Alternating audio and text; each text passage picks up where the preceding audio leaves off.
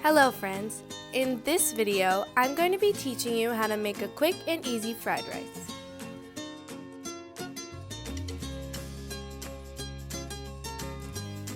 Fry cashews in oil. Make sure they are fried to a golden brown color. Finally, chop a big bunch of green onions.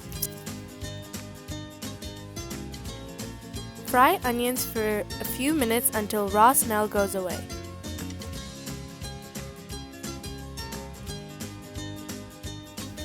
Cook 1 cup of basmati rice. Add it to the fried onions.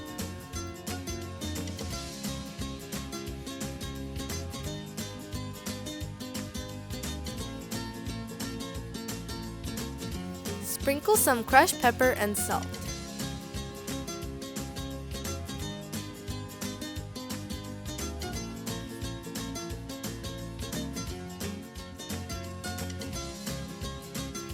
Then, all you have to do is serve while it's hot.